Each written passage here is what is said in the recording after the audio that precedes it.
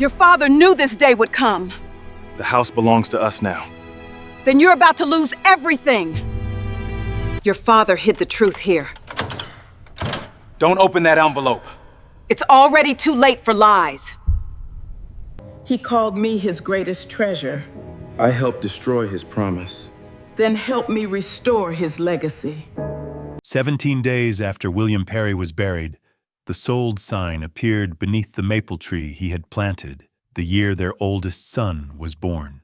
Caroline stood at the living room window in her slippers, watching a young couple on the sidewalk point at the roofline, while a realtor gestured toward the porch. Her mind refused to understand it. She had raised 2 sons in this house.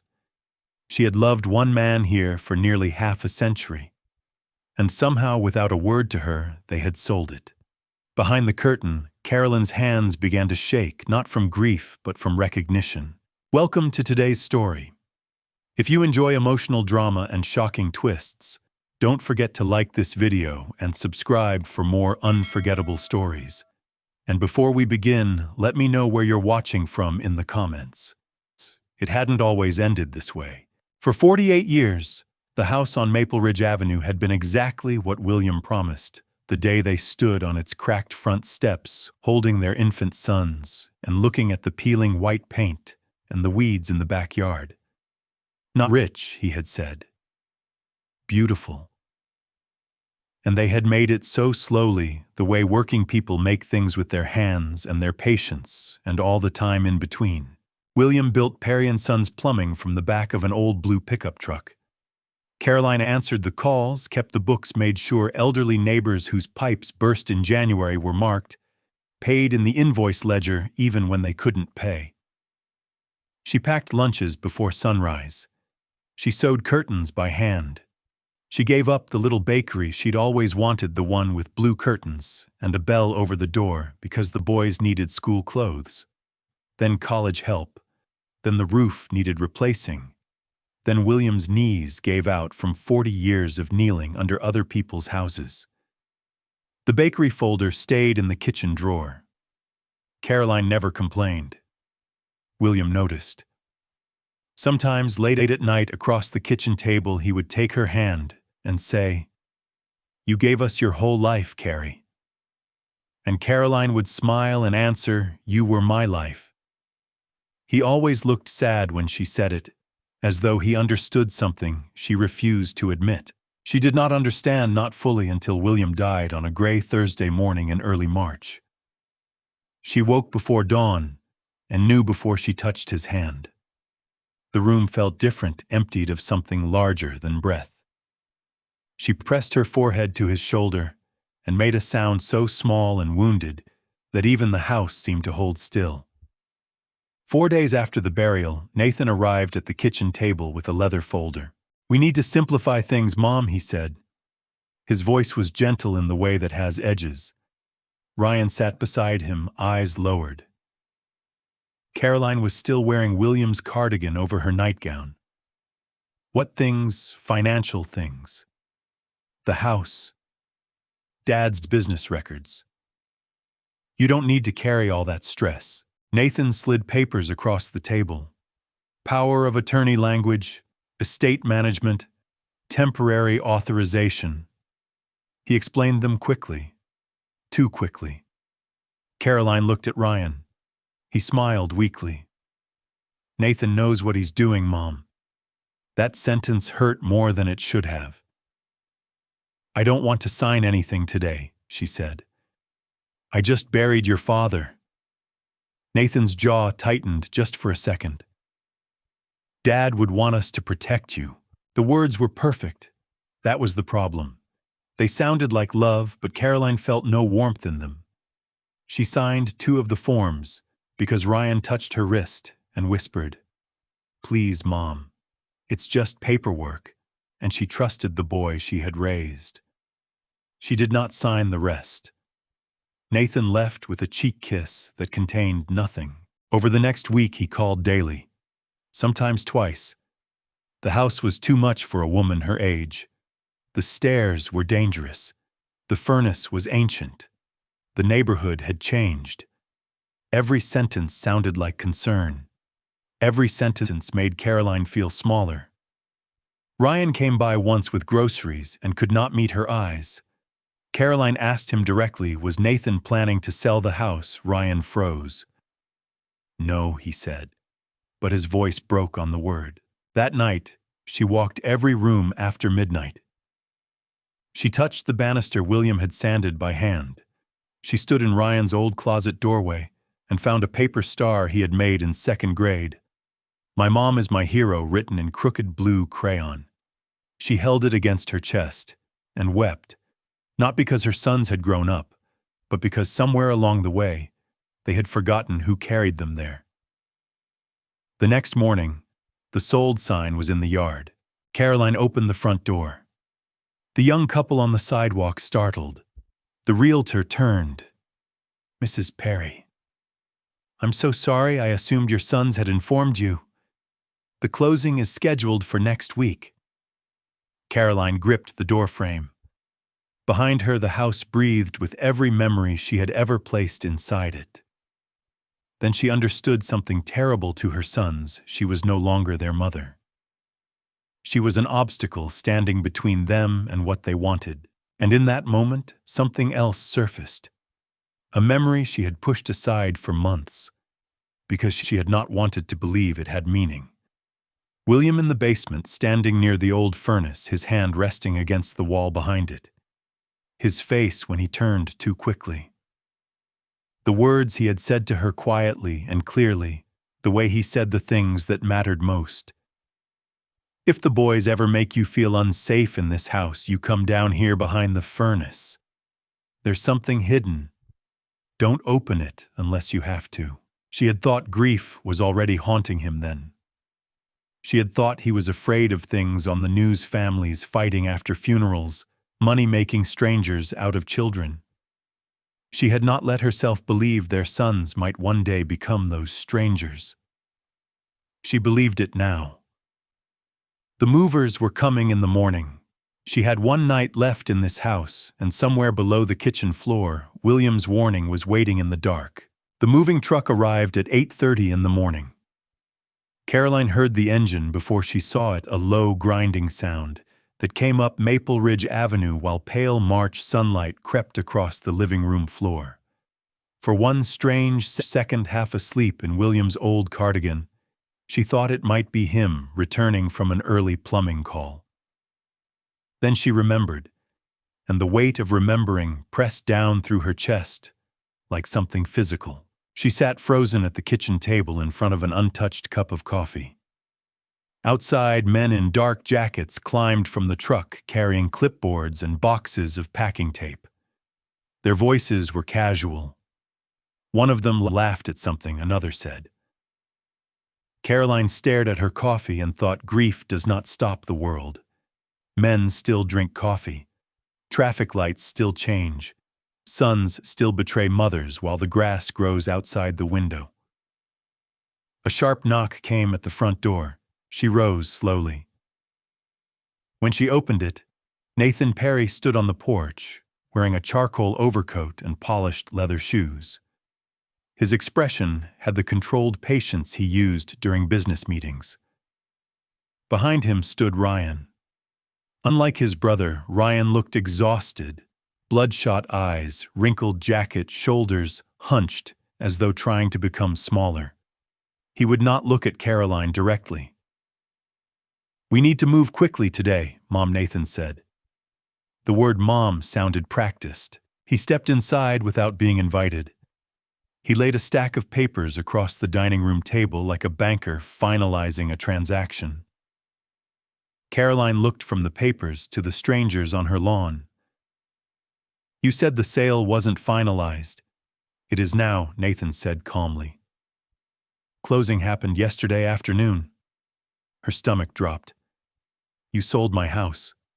"Our house," Nathan corrected. "Technically part of Dad's estate." Caroline stared at him. "Your father hasn't been gone 3 weeks." Nathan exhaled sharply, already irritated. "Mom, please don't do this emotionally." The words struck her harder than shouting would have. as though grief itself had become an inconvenience. Ryan spoke quietly. "Nathan's just trying to help." Caroline turned toward him, help who neither son answered. Nathan opened the folder and tapped highlighted pages. "The market is hot right now.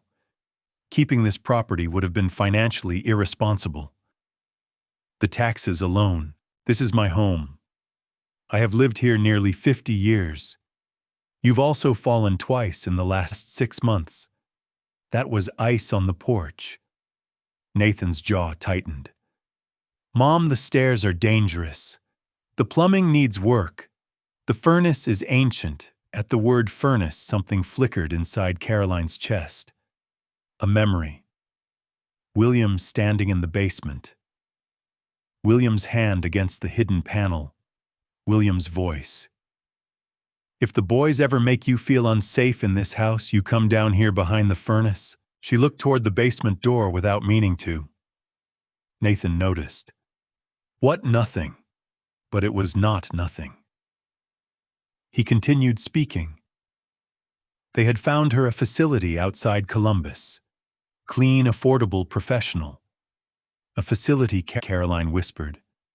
"It's temporary until we sort everything else out." Ryan finally looked up. Guilt flooded his face before he dropped his eyes again. Caroline understood in that moment something she had been circling for weeks. This conversation had been planned long before William died. Not during the funeral, not in the weeks of daily calls. Before. The realization hollowed her from the inside. "Nathan," she said quietly, "when did you decide to get rid of me?" His expression hardened instantly. "This isn't about getting rid of anyone. Then why does it feel like strangers are coming to erase my life?" He rubbed his forehead. "Mom, please stop making this dramatic." The movers began carrying boxes toward the porch. One of them removed old fishing rods from the hallway closet. Another picked up the framed family photographs from the wall beside the staircase. 48 years of memories reduced to inventory. Something broke loose inside Caroline's chest. "No," she said. The room stilled. Even the movers paused on the porch. Nathan blinked. "What? No. I'm not leaving." For the first time, real anger moved through Nathan's face. "You don't have a choice." The silence after those words felt monstrous. Ryan looked physically ill. Caroline stepped backward and gripped the back of the dining chair to keep herself upright. "I raised you boys in this house," she said. Nathan crossed his arms. "And we're trying to protect you. By throwing me away, that's not fair. No." Her voice trembled now. "Your father dies, and suddenly I'm too old to matter." Nathan's restraint finally cracked. He was louder now, angrier, saying she didn't understand. Finances, didn't understand paperwork, that William had handled everything, because she never learned how. The cruelty of it landed slowly. Not because it was entirely false, but because she had spent her whole life trusting the people she loved, instead of protecting herself from them. William handled the bills because she trusted William. She signed papers because she trusted her sons. And now her trust was being held up as evidence of her weakness. Ryan whispered Nathan stop. But Nathan was no longer listening. One of the movers stepped into the kitchen doorway. He was younger than the others, broad-shouldered, tired eyes, work gloves tucked into his back pocket. His name tag read Tom Bradley. He paused when he saw Caroline's face. Quietly, he asked, "Ma'am, where would you like us to place your personal items?" Nathan answered before she could. "Pack everything essential, 2 suitcases only." Tom frowned slightly. "Only 2. That's all the facility allows initially." Tom's frown did not disappear, but he nodded. He turned to Nathan. "Sir, I need clarification on the garage inventory forms before we load the tools and machinery. There are some items that need a separate signature. Nathan muttered something under his breath and moved toward the porch, Tom following behind. Ryan remained in the kitchen with Caroline. The silence between them was enormous. Caroline looked at him. She saw the boy who used to be the one who cried when a bird hit the window, who made paper stars and wrote "My mom is my hero" in crooked crayon. That boy still existed somewhere inside the man standing in front of her, with red-rimmed eyes and shaking hands. "Ryan," she whispered. "Did you know?" His eyes filled instantly. He opened his mouth. Nothing came out. That silence was answer enough. Caroline turned before he could see her break. She moved quickly toward the basement door, her knees aching on every step. Behind her, voices drifted from the porch, while the movers continued working through the house. The old basement door opened with its familiar creak, and Caroline descended into the only part of the house Nathan had not yet thought to control. The basement smelled exactly the same. Dust metal, old concrete. William's tools still hung neatly on the pegboard wall. The furnace stood in the corner beneath the dim yellow bulb patient, and unchanged as though it had been waiting for her. Caroline approached slowly, her breath shallow. She reached behind the furnace with trembling hands. Her fingers brushed cold metal, the hidden panel still there exactly where William had shown her. A wave of emotion crashed through her so violently she nearly collapsed against the furnace. She pressed her forehead to the warm metal and closed her eyes. He had known.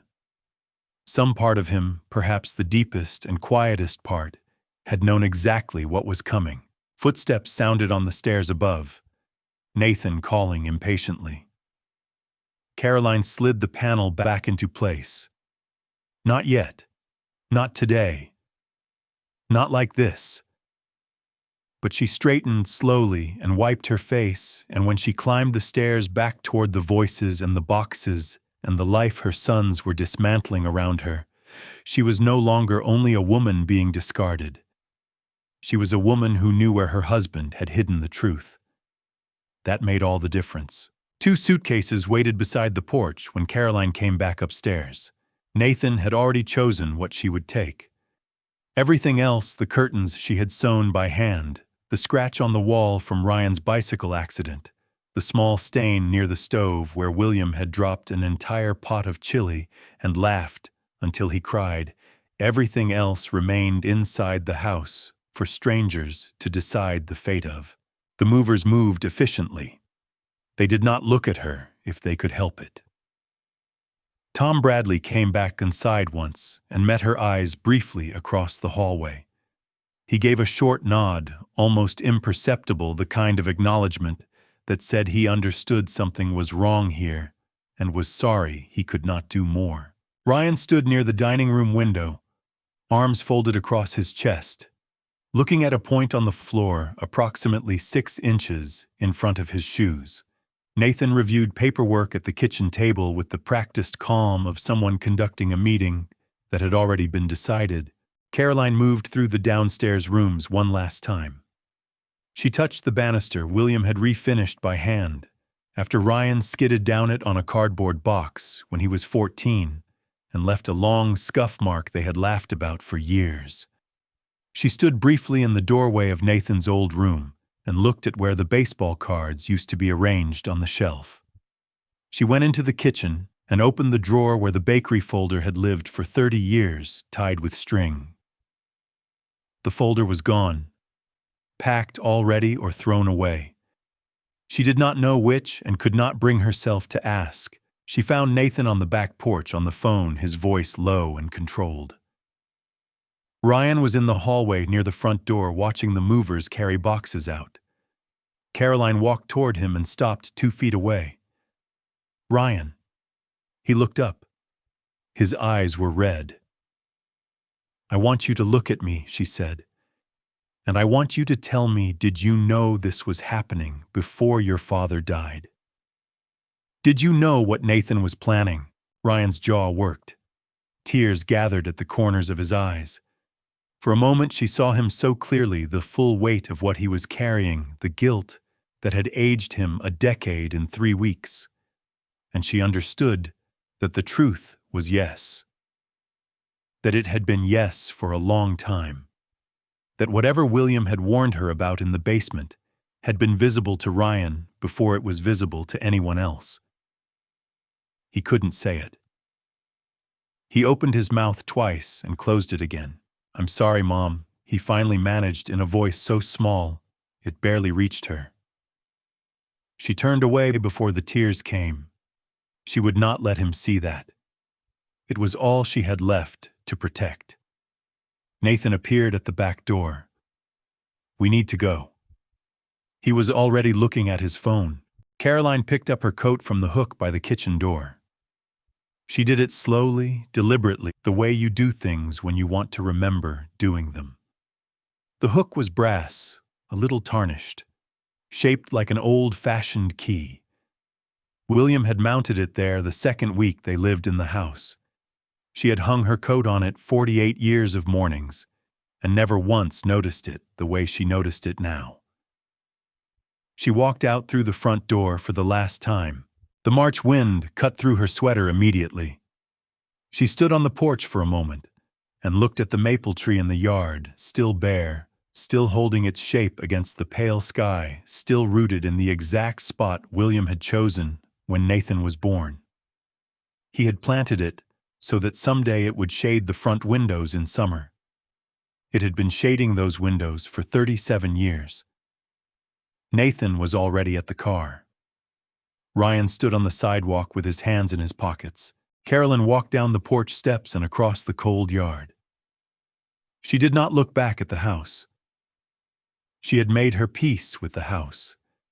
What she had not made peace with, and what she knew she would have to return for, was still below it, behind the old furnace in the dark. The bus station smelled like burned coffee and exhaustion. Caroline sat alone beneath flickering fluorescent lights, with her 2 suitcases at her feet and $43 in the lining of her coat pocket. Nathan had driven her here in silence and left with a brief, "The facility will send someone in the morning." He had already forgotten her before the car door closed. She sat for a long time watching the departure board. She did not know exactly what she was looking for until she saw it. Pine Hollow, 10:40 p.m. She remembered the evening William unfolded a worn paper map across the kitchen table 14 years ago. Nathan was already working in real estate. Ryan had just lost another job. William had come back from a plumbing contract in rural Pennsylvania, unusually quiet. "There's a little town out there called Pine Hollow," he had said softly. "Mountains, forests, quiet roads. Feels like the kind of place people go when they're tired of fighting the world." Caroline had smiled. "And what would we do there?" William had grinned. "Grow tomatoes, fix old things, maybe finally build you that bakery." She had laughed. But later that night she found him studying the map again with a seriousness she didn't understand.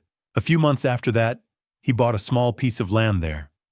When she asked why, he only said, "Because everyone deserves somewhere safe." She had thought he meant retirement. A quiet place for when the work was done and the boys were settled. She had believed that because believing anything else, believing he already knew, the boys would not be settled, that something was already going wrong. That his silence over the following years was the silence of a man watching a disaster approach, believing that would have meant admitting the family she had given her life to was already cracking. Caroline bought a ticket to Pine Hollow. The woman at the counter did not ask questions. Nobody at the bus station asked questions. That at least was a mercy. The bus left just after 10:30. The rain came almost immediately, streaking the windows while highway lights drifted past in the dark like fading stars. Around midnight, the woman beside her fell asleep with headphones over her ears. The bus was quiet, except for the engine and the rain, and somewhere near the back, the soft, repetitive sound of someone's bag shifting with every curve of the road. Caroline rested her forehead against the cold glass, and for the first time in 3 weeks, There were no voices. No Nathan explaining what was practical.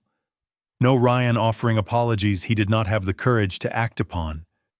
No movers. No paperwork. No kind-voiced realtor saying, "I thought your sons had informed you." Just darkness outside the window and the rain and the road unwinding ahead of her, and somewhere in the pocket of her coat. $43, and somewhere in her chest, the memory of cold metal behind a furnace, and the knowledge that whatever William had hidden there, he had hidden it for her. Near dawn, Ohio gave way to Pennsylvania.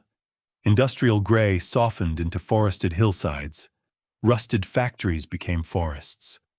Concrete became winding roads lined with pine trees and weathered fences. Small towns appeared between mountains, like places the modern world had simply passed over intact. Caroline watched all of it through the wet window and felt for the first time since William died that she was moving toward something rather than away from it. She did not know yet what that something was, but she had a direction.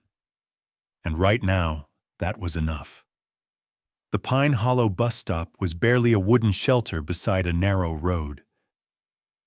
When the driver unloaded Caroline's 2 suitcases onto the gravel and pulled the door shut again, the sound of the engine fading into the trees felt like the loneliest thing she had ever heard. She stood completely still for a moment and let herself feel it. The cold morning air, the smell of pine and wet earth, the silence that was not peaceful, but empty. The sky above the mountains was the pale gray of old paper. The road in both directions vanished around curves within 100 yards.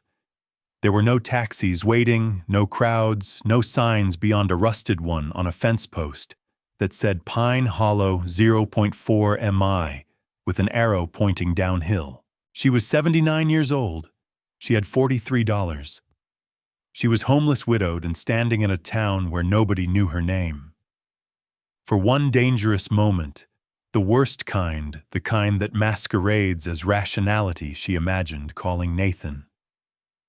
Not because she trusted him, because fear, even justified fear, can make humiliation feel safer than the unknown. Then she remembered his voice the morning the movers came. The flat certainty of it. "You don't have a choice." She thought, "Yes, I do." An old pickup truck rattled into the gravel lot from the road below, engine ticking as it came to a stop. The driver was a heavy-set man in his 60s brown flannel jacket hands that looked like they knew how to fix things. He leaned out the window. "You Caroline Perry?" She blinked. "Yes. Name's Earl Simmons." He climbed out and came around to where her suitcases sat. "Used to help your husband with repairs time to time. He called me last year, asked if I'd check on his property up here every couple months. Make sure the roof hadn't gone through or the pipes hadn't frozen." Earl lifted both suitcases into the truck bed without effort. "He said you might come someday." Caroline could not speak for a moment. Last year. William had called last year before his health had declined, into the final months before the conversations in the kitchen that she had told herself were just old man worrying. Last year, while things had still seemed ordinary, and she had still believed ordinary would continue, William had called a man in Pine Hollow and asked him to be ready. "He said I might come someday," she repeated quietly. Earl gave a single nod, the kind that meant he understood without needing to say so, and opened the passenger door for her. The road to the property twisted through dense pine forest for nearly 20 minutes. The trees were tall and old, their lower trunks dark with moisture. Fallen branches lined the ditches from recent storms. There was a beauty to it that made her chest ache, not because it was beautiful in a comforting way, but because William had stood in this exact scenery, had breathed this exact cold air, had looked at these specific trees, and she had never known. She had known almost everything about him, and she had not known this. "There she is," Earl said, and slowed the truck. Caroline looked through the windshield at the farmhouse at the end of an overgrown dirt path, almost hidden between the tree line and a low stone wall. Broken shutters hung crooked against faded blue siding. Several windows were boarded shut. The porch sagged visibly on the left side. One corner of the roof had partially collapsed inward, leaving a gap where pale sky showed through. Tall weeds had taken over the fence posts entirely. For a long moment, neither of them spoke. Earl sighed. William always meant to fix it proper, he said. He got out here when he could, patched things, made lists. He paused. Life had a way of interrupting. Caroline stepped carefully out of the truck. The cold mud shifted under her shoes. She walked toward the porch, slowly testing each step. The front door took 2 hard pushes to open. Then she was inside. The smell was dust and old wood, and something faint beneath that motor oil maybe, or the residue of years of work. Morning light came through the one window that wasn't boarded, falling across a floor that needed cleaning, but was sound. A wood stove stood near the kitchen wall, its pipe going up into the ceiling. A faded blanket was folded over a rocking chair beside the cold fireplace. Above a workbench along the far wall, rusted tools hung on pegboard hooks in neat rows. Pliers, wrenches, levels, pipe cutters, all still in their places, waiting. Caroline moved slowly through the rooms. In the kitchen, shelves held rows of canned goods, beans, tomatoes, corn peaches, and beside them mason jars of nails and screws and bolts, each one labeled in small, neat handwriting. William's handwriting. She touched one of the jars with trembling fingers. He had labeled nail jars. He had prepared this place carefully enough to sort the fasteners by size and type. Not hastily, not desperately, intentionally, over time, the way he did everything. Along one wall of the hallway, a stack of new lumber leaned against the plaster. Copper plumbing pipe waited in a coil near the kitchen sink. A handwritten list pinned beside the fireplace read, "Spring repairs," with 12 items written below it in the same neat hand, some with dates beside them, as though he had been planning a schedule. Earl had followed her inside and stood near the doorway. He talked about the place like it was a project, he said. Always one more thing to do out here. A pause. I think he liked having it. Something that was just for you two. Caroline did not answer. She could not. The pain of it, the image of William here alone with his pipe wrenches, and his labeled jars, and his list of spring repairs, building a refuge in quiet and never telling her why, was a different kind of grief than the one she had been carrying. This one had a shape to it. It had the shape of him. Earl left shortly after, with an instruction to come to the diner in town if she needed anything, and the observation that the people of Pine Hollow had mostly respected William. The door closed behind him, and Caroline was alone in the sound of wind in the pine trees and the distant drip of water somewhere in the back of the house. She stood in the silence for a long time. Then she tied her gray hair back with an old ribbon from her suitcase, found a broom in the corner of the kitchen, and began to sweep. One room. That was the goal. One room livable before dark. By sunset, the kitchen floor was clear. The dishes on the open shelves were washed with water she heated on the wood stove, which she had managed to light on the 3rd attempt, with newspaper and kindling Earl had stacked beside the porch. A can of tomato soup warmed on one of the burners. Caroline sat alone at the kitchen table and ate it straight from the pot. For the first time in 3 weeks, nobody was rushing her. Nobody was lying to her. Nobody was treating her like a problem to be solved. The loneliness was enormous. William's absence was still unbearable. But beneath both of those things, something else, something she did not have a name for yet, but recognized as the first breath she had taken, that was entirely her own. Late that night, reaching down to place another piece of wood into the stove, Caroline noticed something she had missed in the cleaning. A small tin container tucked behind loose paneling beneath the kitchen counter. She reached for it carefully. Inside was a spare key, a few folded receipts, and one small square of paper folded twice, written in William's careful, unhurried hand. 6 words. If you made it here, survive.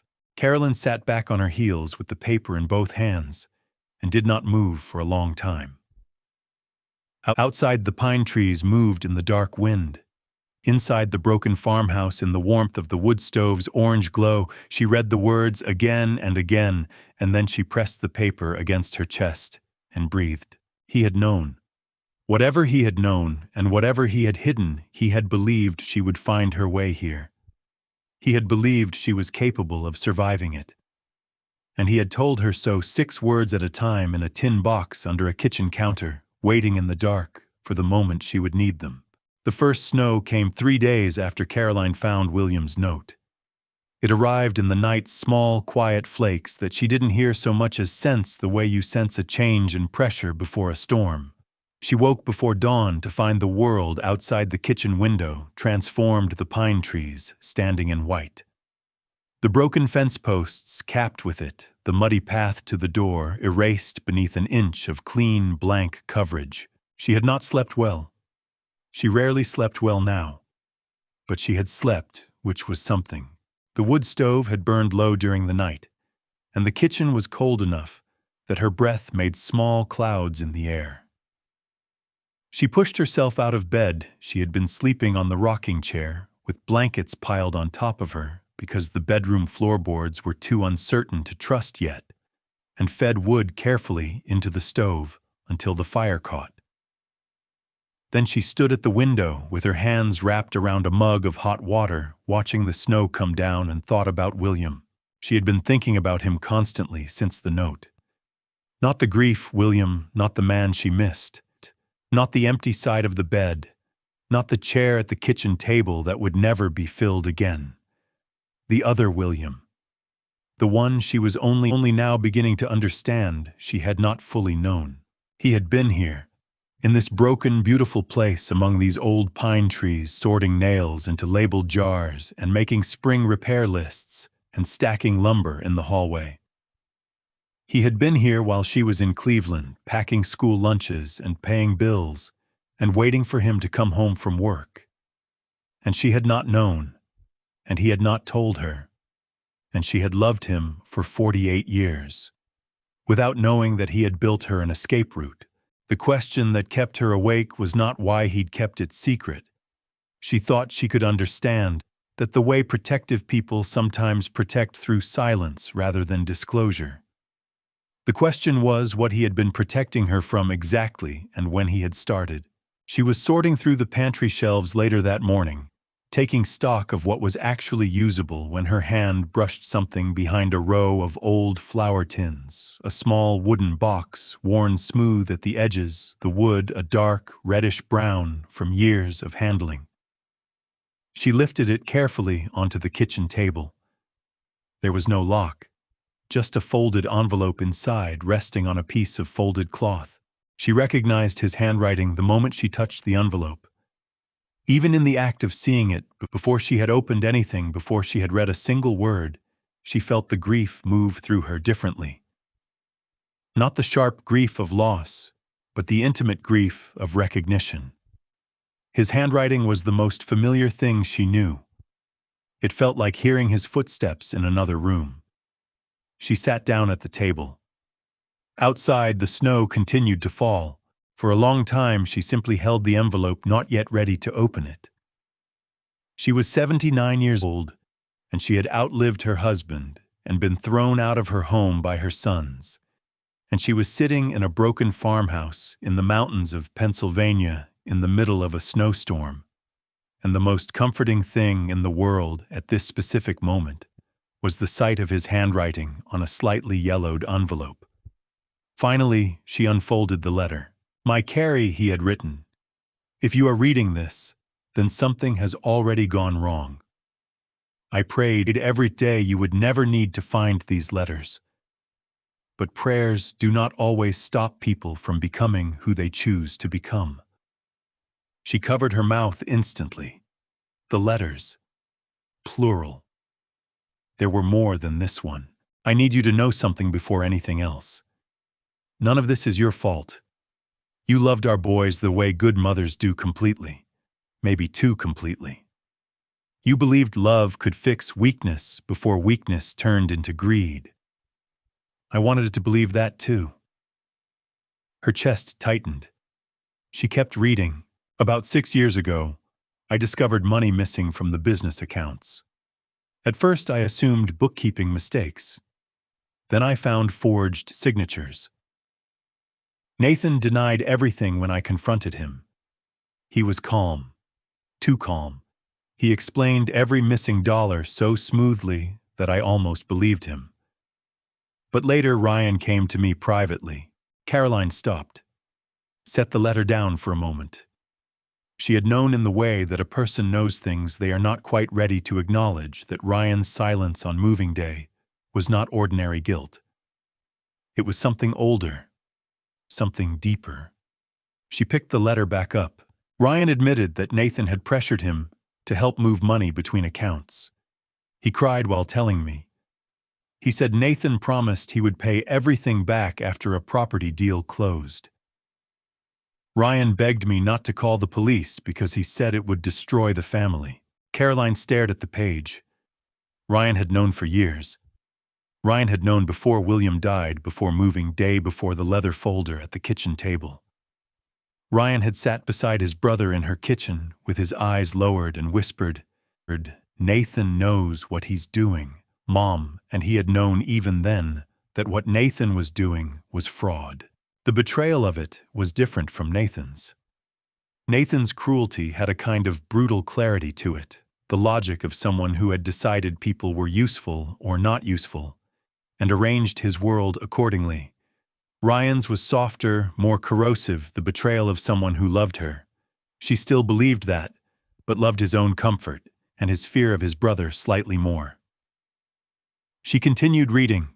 I wanted to believe it was temporary weakness. I thought becoming more settled in life might humble them both. But Nathan kept changing.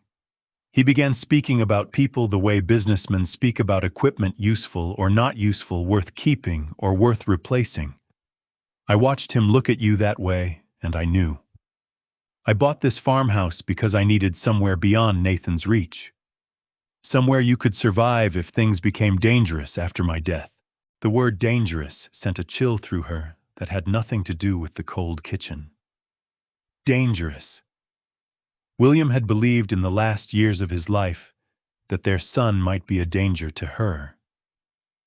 The safe behind the basement furnace contains evidence. Financial records, property documents, signed confessions, things Nathan never knew I collected. If you can retrieve them, Caleb Whitmore and Pine Hollow can help you understand what they mean. She paused at the name. Caleb Whitmore. William had named someone. He had laid out a path, not just a warning. But there is something else inside that safe, Carrie. Something painful. Something I hid from you because I knew it would break your heart before it freed you. Her stomach contracted. Something more than the fraud. More than the forged signatures and the stolen money. I'm sorry for keeping secrets from you. I told myself I was protecting your peace. Maybe I was really protecting my own. I was afraid of what you would feel if you knew how far our sons had gone, and how long they had been going there while you set the table and made the calls and loved them the way you love, which is without limit and without suspicion. She put the letter down again. Her hands were shaking. Not from fear exactly, or not only from fear, from the strange, disorienting recognition of seeing your own life described accurately by someone who is no longer there to speak it. She had loved them without suspicion. That was true. She had loved them the way she had loved William, with the assumption that love was something everyone around her shared and felt and honored. She had not thought to protect herself from her own children. The final section of the letter was written in a slightly shakier hand, the letters less regular. His health had been failing when he wrote this. If Nathan has forced you out, if Ryan stayed silent, then listen to me carefully now. Do not go back to Cleveland alone. Trust actions, not apologies. And most importantly, Carrie, stop believing you must destroy yourself to keep your children comfortable. That sentence reached into something deep. Stop believing you must destroy yourself. She had been destroying herself in small, incremental ways for decades. Every time she made herself smaller, every sacrifice that went unnamed, every forgiveness that cost her something she never got back. She sat with the letter in her hands as the snow fell outside the farmhouse windows, and the wood stove crackled, and the pine trees stood silently in the white morning. Then she reached the last lines. There is still enough left for you to survive. More importantly, Carrie, there is still enough left for you to live. I loved you before this family existed. Don't disappear after it breaks. William. Caroline set the letter down on the table very gently. Then she pressed both hands flat against the wood surface, as if she needed to feel something solid beneath her. She did not cry immediately. The tears came slowly, the way they come when you have already cried, past the sharp edge of grief, and reached the deeper, quieter place underneath the place that holds 48 years of a life. She sat at the table in the cold farmhouse kitchen while the snow fell on Pine Hollow and cried with a grief that was also impossibly a kind of gratitude. He had loved her enough to prepare for the worst. He had known her well enough to know she would not run unless she had to, and he had made sure that when she had to, there was somewhere to run to. The letter did not heal anything. It was not meant to.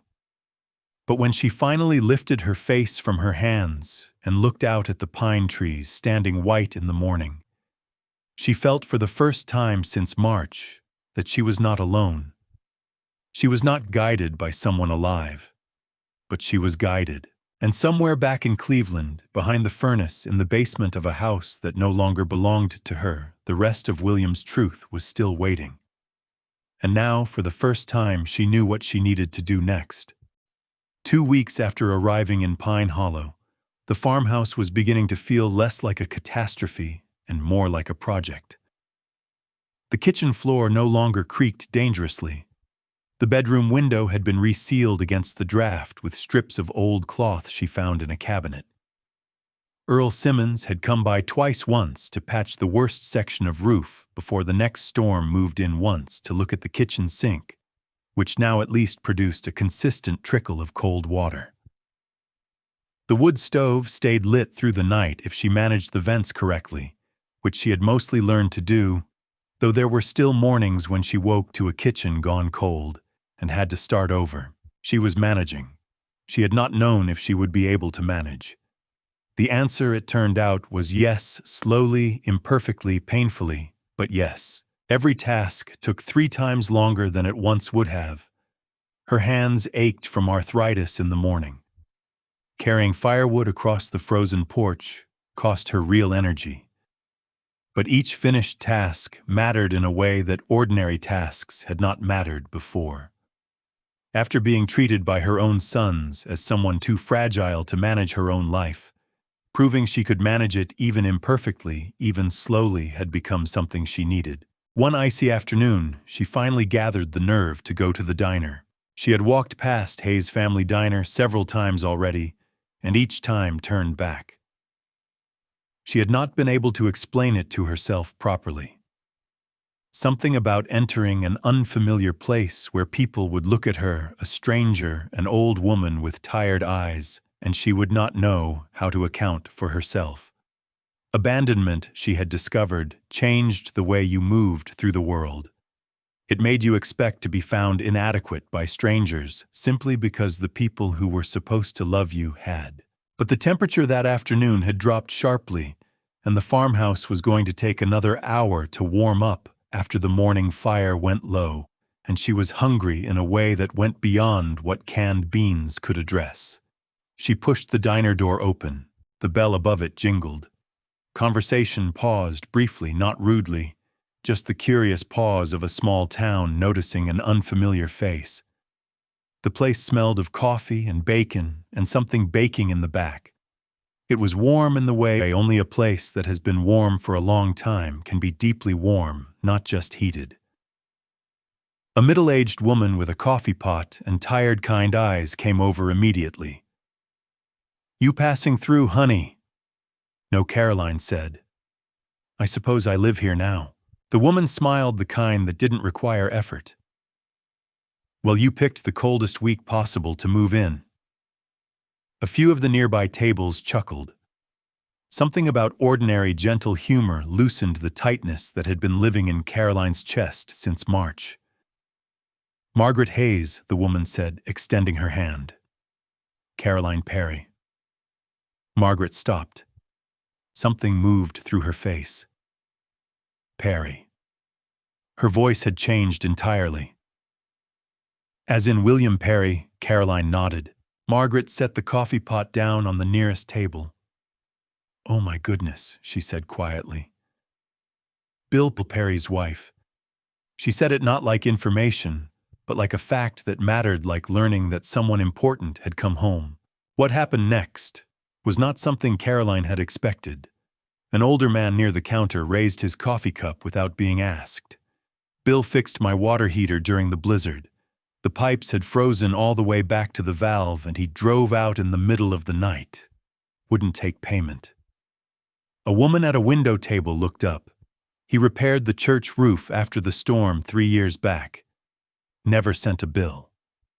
Someone near the door muttered something about a burst main line and a quick fix, and the decency of a man who showed up when he said he would. Caroline stood near the entrance, listening to her husband's name in the mouths of strangers who had not forgotten him, and she felt something loosen that had been tight for a very long time. In Cleveland, William's death had become a transaction within days. Nathan had treated the funeral like a meeting. The neighbors who came with food had moved on within a week.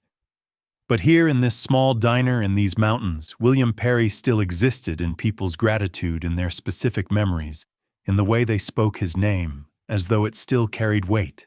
Margaret guided her to a booth by the window and placed a mug of coffee in front of her before she had sat down fully. "On the house," she said in a tone that did not invite argument. 10 minutes later, a bowl of soup appeared as well. By then, 2 or 3 people from other tables had drifted over to speak to Caroline, and the conversation had the warmth of things that are not performance, but simply true. Someone remembered William spending an afternoon fixing a truck that wasn't even a plumbing job.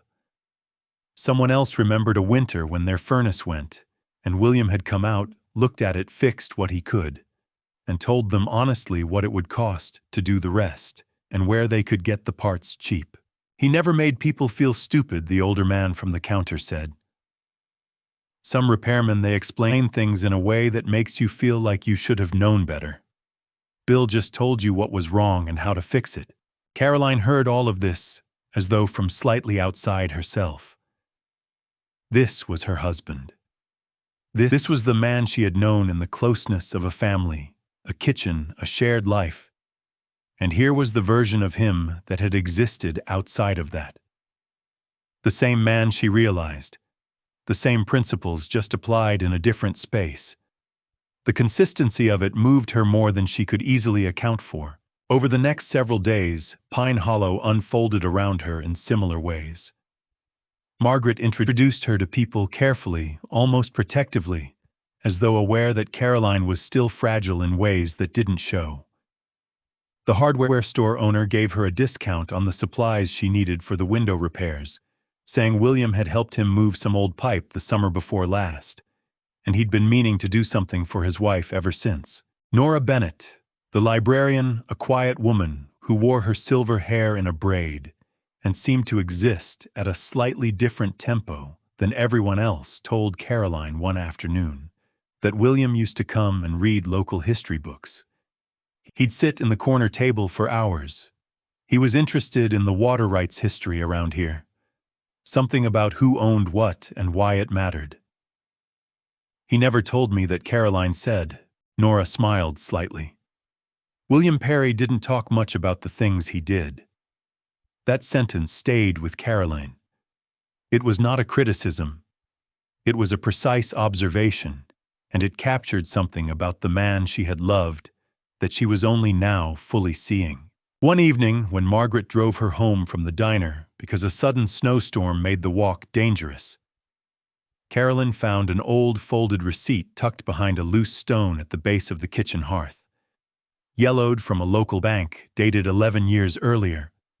Attached to it in William's small handwriting, community well payment completed. Don't tell anyone.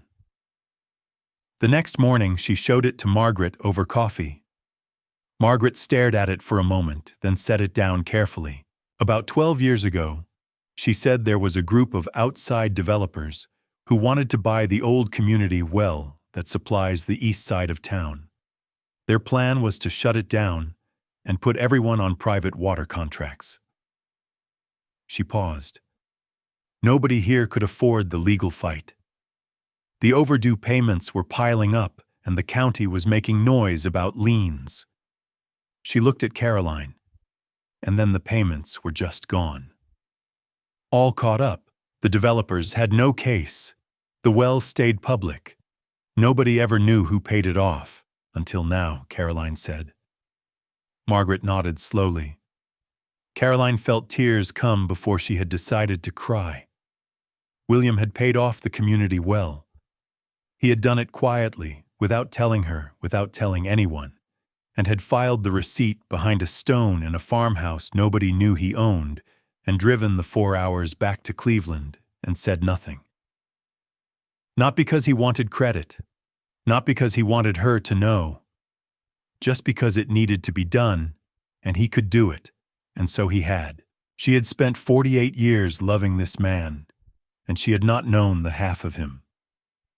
That was a grief unlike the other griefs, not the grief of loss, but the grief of understanding arriving too late to speak to the person who deserved to hear it. He didn't send you here to hide, Margaret said finally. She was watching Caroline carefully. Whatever brought you here, he sent you somewhere you'd be remembered as human. Caroline wiped her eyes. She looked out the diner window at the mountains, white and gray in the winter afternoon. Then she thought about the letter in the farmhouse, and the safe in the basement in Cleveland, and what William had called something painful that he hadn't been able to say straight out. Whatever was in that safe, he had believed she could handle it. He had believed she could handle all of it. He had prepared, and he had written, and he had sent her here to people who would remember his name with affection, and by extension would remember her as a person who mattered. She did not know yet how she was going to get back to Cleveland, but she was beginning to understand that she would have to. Meanwhile, 250 miles east, Nathan Perry stood in his downtown office staring at a phone message from the senior living facility outside Columbus. His mother had never arrived. For the first time since he had walked out of the moving truck and into the easiest morning of his life, something tightened behind his breastbone that was not quite fear or not quite anything he had felt before. He was a man who controlled situations. He controlled them through information, through timing, through the steady management of other people's understanding of events. His mother had disappeared. She had disappeared with whatever was in her head and whatever she might do with it. And for the first time, Nathan Perry did not know how to manage what he could not find. The snowstorm began just after midnight and came in hard wind, slamming against the farmhouse walls, branches scraping across the roof. The kind of storm that erases roads and makes the world small again. Caroline had been half asleep near the stove when the sound changed from ordinary wind to something fiercer, and she had gotten up to check the windows and add wood to the fire and stand in the kitchen listening to the farmhouse argue with the weather. She was at the window watching the snow come sideways through the dark when she saw the headlights.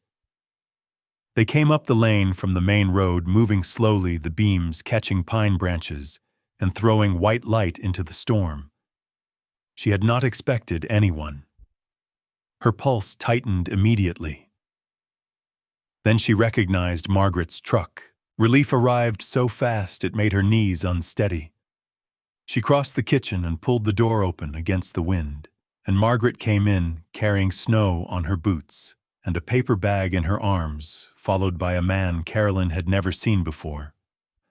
Tall, lean, silver-haired, in a good wool coat that had seen better days. "Sorry for the hour," Margaret said, already moving toward the stove. "Road conditions are getting worse, and I didn't like the idea of you being up here alone in this." She began pulling wrapped sandwiches from the bag. "This is Caleb Whitmore, retired attorney." He knew William. The man extended his hand. He was in his late 60s, with the kind of careful attention in his face that Caroline associated with people who had spent their lives listening to what people left unsaid. "Your husband spoke about you often," he said. Caroline shook his hand. "Please sit down, both of you, before you freeze." They filled the small kitchen quickly, warmth from the stove, coffee on the smell of food that Margaret had clearly prepared with purpose. Caleb studied the room quietly, the way people do when they are taking something in, rather than being polite about it. "Bill did the stove," he said after a moment. "The pipe connection and the seal. I watched him do it one afternoon. He came out here a few times over the years, usually stayed a week or two. Worked on the house when he could." Caroline set her mug down carefully. "He never told me how often he came." "No," Caleb said without apology in his voice. "Men like William often mistake protection for silence.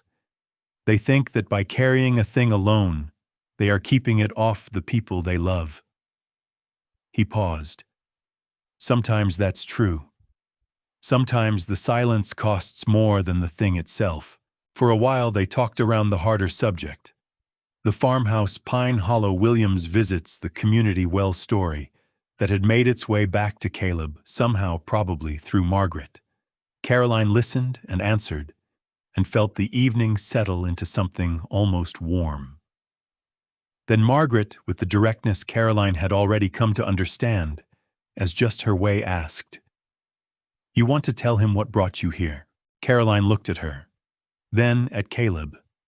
Exhaustion had worn her down past the point where careful honesty felt risky. "My oldest son sold my home 4 weeks after my husband died," she said. "They had arranged a facility for me. I didn't go." Caleb listened without interrupting. "William had written letters," she continued, "in the farmhouse. He warned me about Nathan years ago. Fraud money taken from the business. Ryan knew and stayed quiet." She paused. "He said there's a safe behind the furnace in the basement of our old home. Evidence. He said Caleb Whitmore could help if I found the letters." Caleb was quiet for a moment. Then he asked if he could read the letter. Caroline retrieved it from the kitchen drawer and set it in front of him. He read carefully, his expression shifting almost imperceptibly, a tightening around the eyes, a small change in the set of his jaw. When he finished, he folded it back slowly and did not hand it back immediately. "This is serious," he said. "I know. Your husband documented concerns about fraud years before his death. He names specific accounts. He mentions signed confessions." Caleb set the letter on the table and looked at her steadily. "If the evidence inside that safe matches what he describes here, Nathan could face criminal charges." The word criminal settled in the room the way a heavy thing settles when you set it down, not with a crash, just with weight. Caroline felt physically ill. She pressed her hands flat against the table. "I never wanted this," she said quietly. "I wanted my family." "I know that," Caleb said. Margaret placed a sandwich in front of her without comment. "The difficulty," Caleb continued carefully, "is that Nathan is still operating under the assumption that he has controlled the situation. He doesn't know about these letters. He almost certainly doesn't know the safe exists." He paused. "But he knows his mother has disappeared with her memory intact, and that is beginning to frighten him in ways he can't manage. You need to retrieve whatever's in that safe," he said, "before Nathan realizes it exists. Because if he finds it first, he didn't finish the sentence. He didn't need to. You mean go back to Cleveland, Caroline said. Yes. She felt the word land in her chest. Back to Cleveland. Back to Maple Ridge Avenue. Back to the house that smelled like fresh paint now and strangers' candles. The new owners, she said slowly. Have they fully moved in? I don't know, Caleb admitted. But the timing of the sale suggests they may only recently have taken possession. There may be a window. Margaret leaned forward. You don't have to decide tonight. Caleb nodded agreement. But his voice when he continued was measured and quiet and entirely serious. Whatever William hid in that safe is the difference between you recovering what belongs to you and spending the rest of your life on the wrong side of a decision someone else made. The evidence, the trust documents, the confessions, if those exist as described, Caroline can use them. Without them, Nathan has already won. I don't think I'm strong enough for this, she said. Margaret looked at her directly. That is exactly what Nathan wants you to believe. The truth of it moved through her. She thought about the weeks of phone calls after William died, Nathan's voice patient and relentless, reducing her to someone who could not manage her own medications, who did not understand finances, who had needed William to handle everything. He had not just stolen the house. He had tried to steal her belief in herself. One more thing Caleb said when Margaret began collecting the sandwich wrappers. He had stood, was reaching for his coat. If Nathan committed the kind of fraud this letter describes, he will become dangerous when he realizes he's losing control of the narrative. Men who have built their self-image on being in control, he paused. They tend to panic rather than accept defeat. Panic makes people unpredictable. The word dangerous again. William had used it. Now Caleb. After they left, after the sound of Margaret's truck engine had disappeared into the storm and the farmhouse had settled into the creak and hiss of wind and wood, Caroline sat alone beside the stove for a long time. She thought about Nathan's face on moving day, not the face of a son watching his mother leave, the face of someone completing a task, the efficiency of it, the impatience when she slowed him down. Dangerous when cornered. She reached for William's letter from the table. She read the last lines again. Stop believing you must destroy yourself to keep your children comfortable. She folded the letter carefully and placed it back in the kitchen drawer. Then she went to the window and looked out at the snow still falling through the dark pine trees, and she made the decision she had been working toward since the day she found the 6-word note in the tin box under the kitchen counter. She was going back to Cleveland. Margaret's truck moved through gray Ohio farmland with the patience of someone who had driven difficult roads in difficult weather and knew that speed was not the answer. The highway stretched westward beneath a sky the color of old pewter. Caroline sat in the passenger seat with her coat buttoned to the chin and her hands folded in her lap, watching the landscape shift from mountainous Pennsylvania into the flatter terrain of eastern Ohio. They had left Pine Hollow before sunrise. Margaret had shown up at the farmhouse at 5 in the morning with a thermos of coffee and no conversation, which was exactly what Caroline needed. There was nothing to say that hadn't been said. The plan was simple, and the plan was terrifying, and the only way through it was to keep moving. The closer they got to Cleveland, the tighter Caroline's chest became. Familiar exits appeared on the highway signs. Then familiar overpasses. Then the downtown skyline distant and gray against the winter sky, and the lake beyond it, and somewhere between them, Maple Ridge Avenue. You still sure about this? Margaret asked. No, Caroline said. But I think that probably means I'm thinking clearly. Margaret gave a short nod that was almost a laugh. They parked half a block from the Perry house on the opposite side of the street. Caroline needed a moment before she could look at it directly. Even from down the block, She could see the lights in the windows, warm, ordinary domestic, and the silhouette of a different life, occupying the rooms she had filled for 48 years. "That used to be my kitchen," she said quietly. The maple tree was still there. Nathan had sold the house, changed the locks, and packed up her life, but the maple tree still stood in the front yard, exactly where William had planted it the year Nathan was born. Something about its sheer, continued existence steadied her. They walked together to the front door. Caroline's legs felt strangely weightless the way they felt in dreams. She raised her hand and knocked, footsteps inside. Then the door opened, and a woman in her early 40s stood looking at them.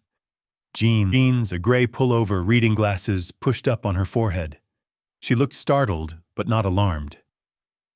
"Yes, my name is Carolyn Perry," Caroline said, her voice almost held.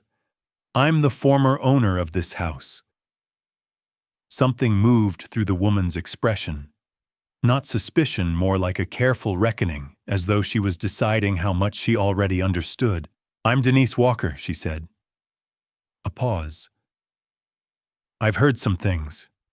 After we moved in, a couple of the neighbors said the sale was forced, that it happened very quickly after your husband passed." "It did." Denise looked between Caroline and Margaret. Then she stepped back. "Please come in." Crossing the threshold nearly stopped Caroline where she stood. The smell was different now, fresh paint, new furniture, someone's candles burning somewhere in the back of the house. But beneath those changes, the bones of the place were unchanged. William's staircase. The hallway with the particular way the light fell in the late afternoon. The spot near the bottom of the stairs where the floor had always creaked, no matter how carefully you stepped. Caroline gripped the banister briefly to steady herself. Denise saw. "I'm sorry," she said quietly.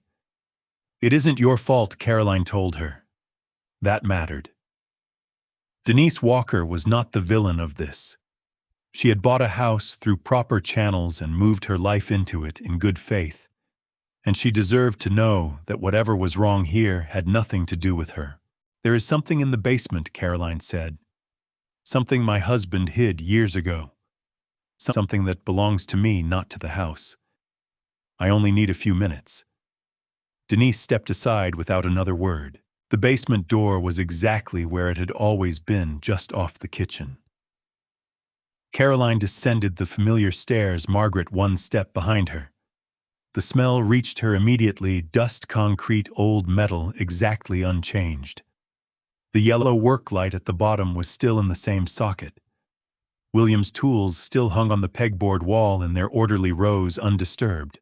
The furnace stood in the corner, solid and dark and larger somehow. Then she remembered it from the night she had come down here, before the movers arrived. Or perhaps it was just that everything looked larger when you were finally about to do the thing you had been afraid to do. Caroline did not hesitate this time. She knelt beside the furnace, her knees protesting, and reached behind it with both hands. The hidden panel was cold under her fingers. She felt along its edges until she found the recessed handle.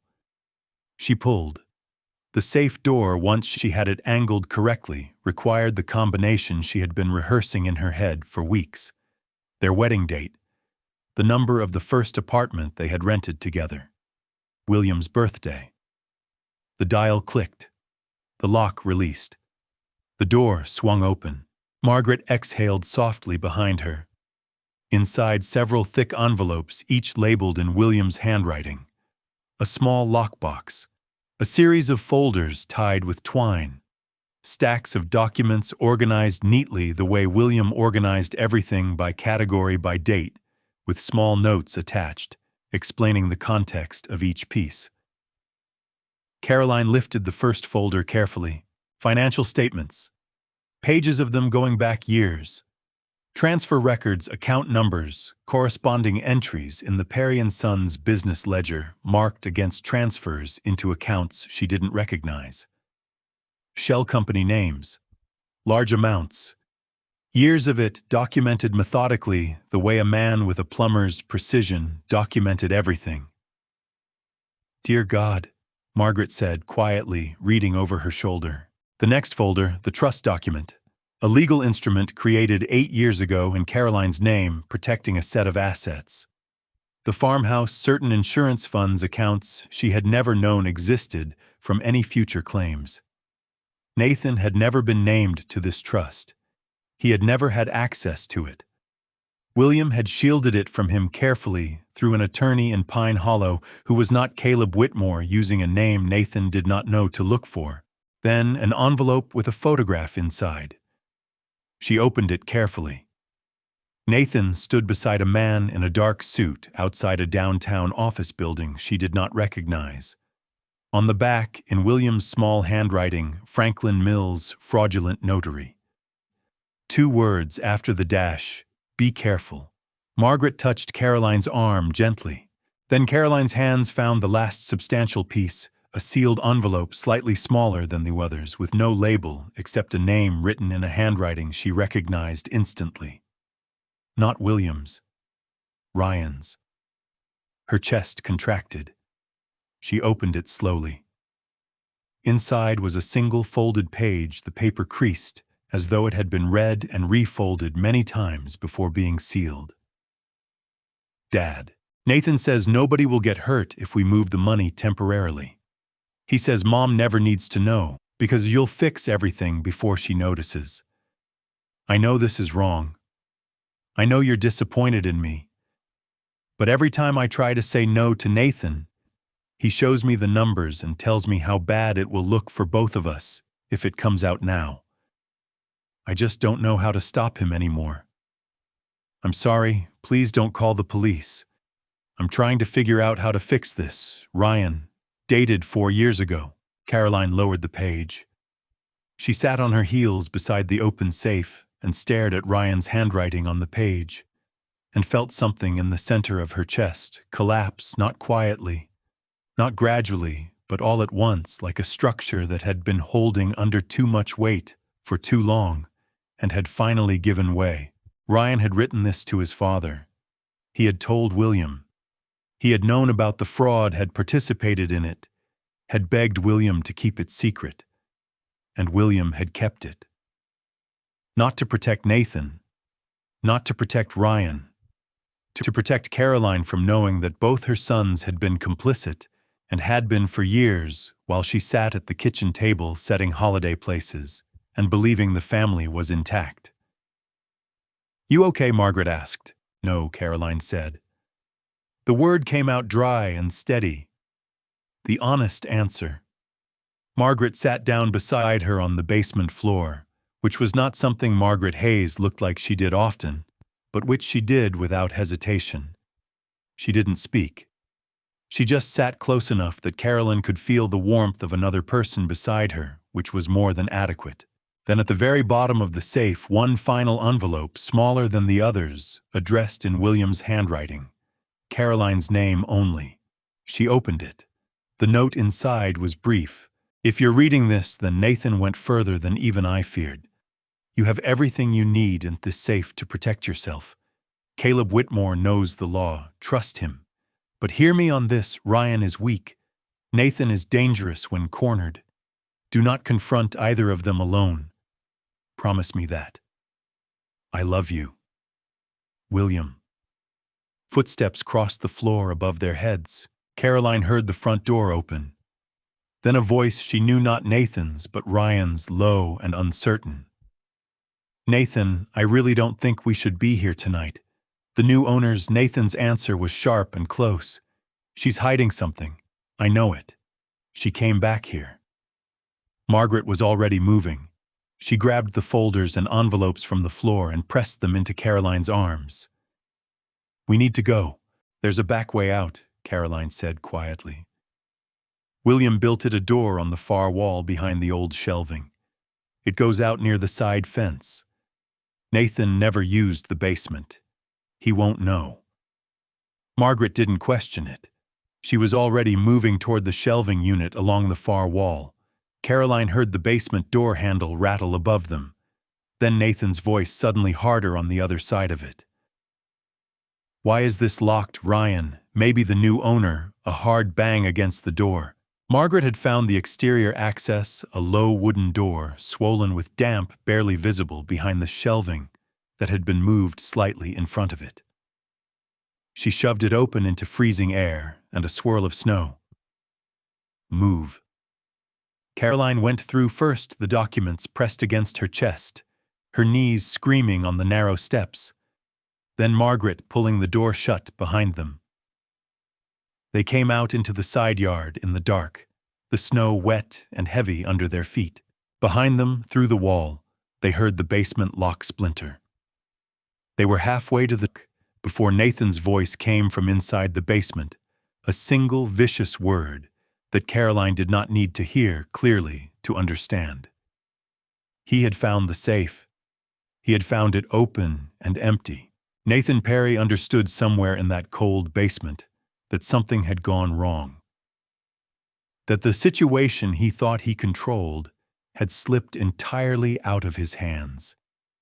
And that his mother, the woman he had put in a car and driven to a bus station and assumed would disappear, had been here in this house retrieving exactly the thing he had never thought to look for. Caroline did not look back as Margaret's truck moved away from Maple Ridge Avenue. She kept her eyes on the road ahead and her arms around the documents pressed to her chest, and she breathed steadily, deliberately in the dark of the moving truck. She had what she came for. She had what William had prepared for her. And somewhere behind her in the city, Nathan Perry was beginning to understand exactly what that meant.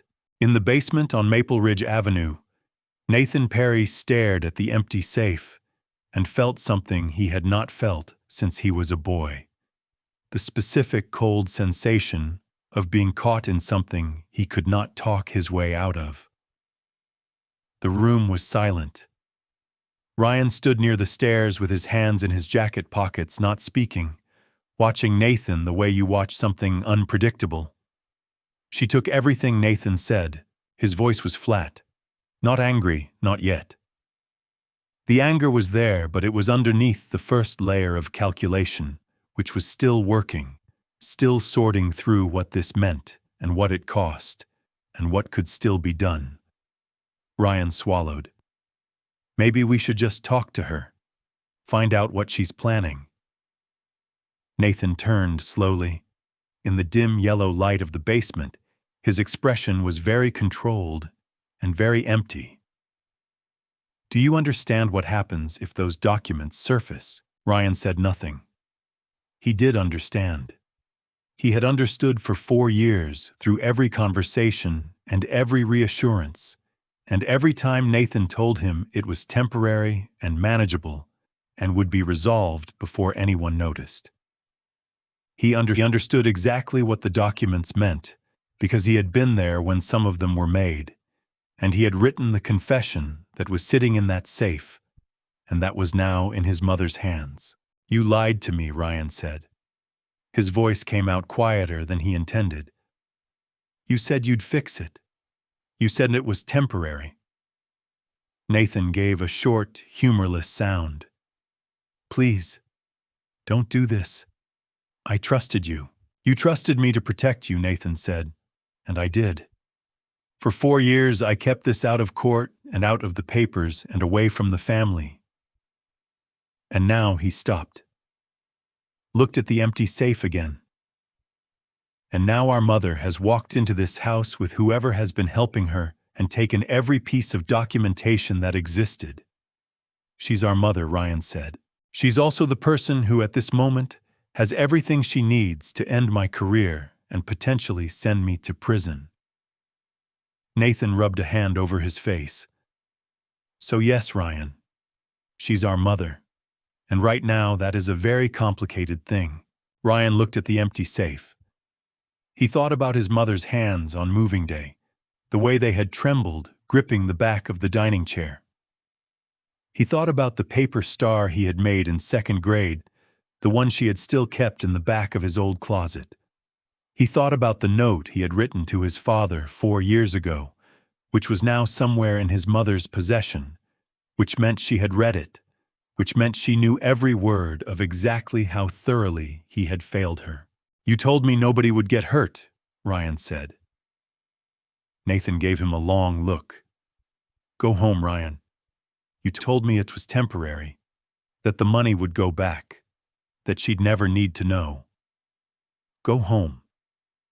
She's sitting somewhere right now reading what I wrote to Dad. Ryan's voice broke. She knows.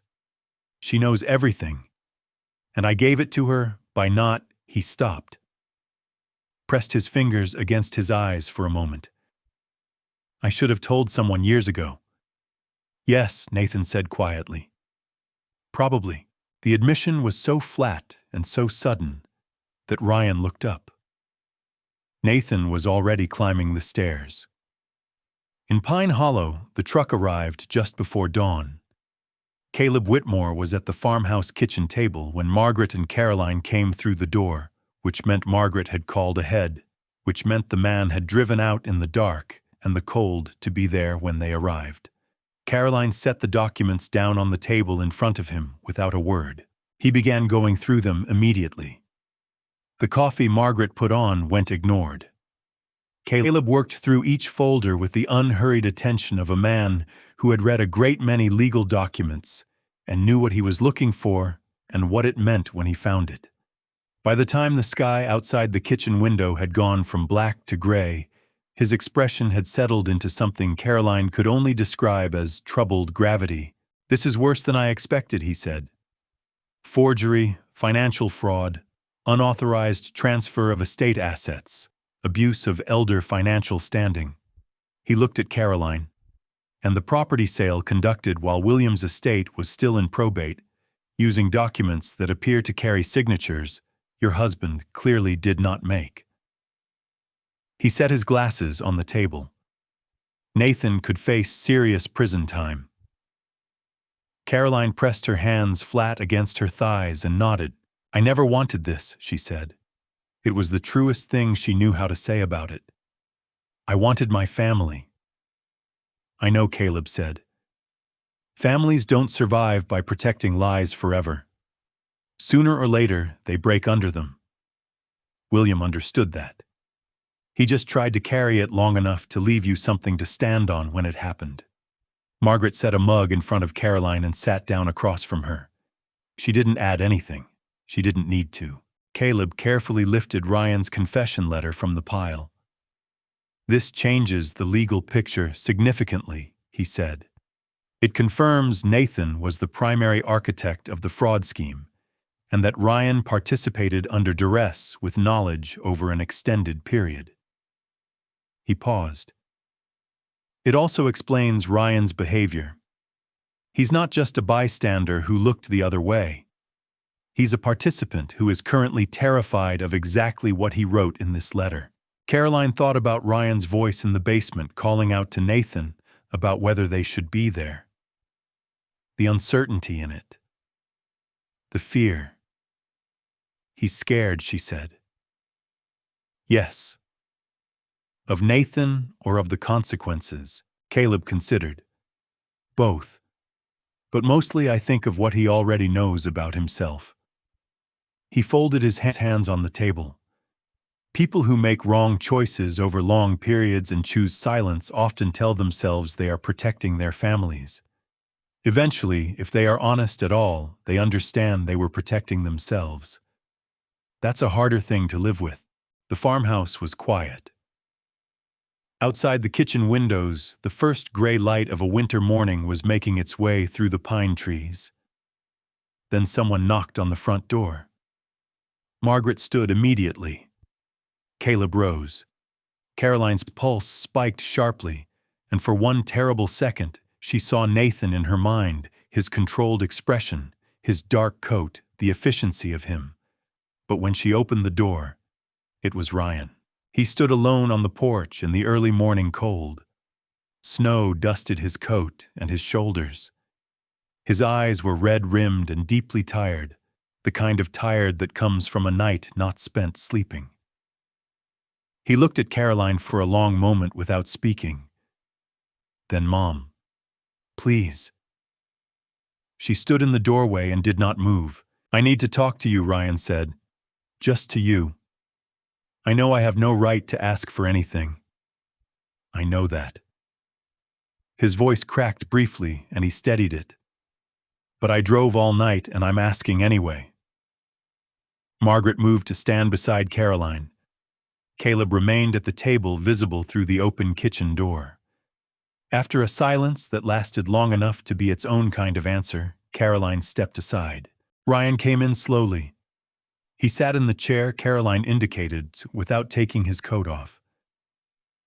He looked at the envelope on the table, his own handwriting, the letter he had written to William 4 years ago, and he did not look away from it. "You found it?" he said. "Yes." He closed his eyes for a moment. Then he opened them and looked at his mother. "I told Dad Nathan would never stop. I told him that the first night I went to him. I said if he didn't do something, it would keep going." He paused. He said he needed more time. He said if he went to the police, it would destroy everything. "Ryan," Caroline said, "I want to know why you didn't come to me." He looked at her. The question landed in his face visibly. "Because I was ashamed," he said finally. "And because I was afraid of Nathan. And because he started again. Because telling you would have meant watching you understand that we weren't who you thought we were, and I couldn't do that. So instead, you let him throw me out of my own home." Yes. The word was quiet and entirely without qualification. "I let that happen. I stood there and I let it happen, and I will live with that." The room was very still. Caleb spoke from the kitchen doorway calmly. "Ryan, if Caroline moves forward legally, Nathan will fight aggressively. He'll try to discredit everything, her state of mind, the documents, the timeline. He'll need to be countered by someone who was present and can testify to what actually occurred." A pause. "Will you testify?" Ryan looked at Caleb, then slowly back at Caroline. She watched his face. She saw the fear there, not the performance of remorse, not the calculation of someone working an angle, but the real and specific fear of a man being asked to choose between his brother and the truth. Knowing that choosing the truth might cost him whatever was left of the family he had already destroyed once by staying silent. The silence stretched for nearly a full minute. Then Ryan said quietly, "Yes." Margaret let out a breath. Caleb nodded once, deliberately. Caroline looked at her son, broken, guilty, terrified, and for the first time in all the weeks since William had died, honest. She did not forgive him. Forgiveness was something that required time and repair and action sustained over time, not a single word in a farmhouse kitchen. But she believed him, and believing him in that moment was enough to move forward. "All right," she said. The hearing was 3 weeks away. The courtroom smelled of old wood and paper, and the particular tension that gathers in rooms where things are decided. Caroline Perry sat beside Caleb Whitmore at the plaintiff's table with her hands folded in front of her and looked straight ahead, not at the gallery, not at Nathan across the aisle, not at the reporters who had gathered outside after word of the case got out. She had worn her best dress and William's anniversary brooch, which she had not worn since the funeral. She was 79 years old, and she had crossed a state line and broken open a safe and sat in a farmhouse kitchen listening to her youngest son confess. She had decided capable of sitting in a courtroom. Nathan was at the defense table in a navy suit that must have cost more than a month of William's wages at the end. His attorney, a silver cufflinks man, who spoke in the smooth, carefully modulated tones of someone who charged by the word, was arranging documents in a particular order that suggested confidence. Nathan himself was still, very controlled, very upright. The way he sat was the way he always sat when he needed people to see him as the most competent person in the room.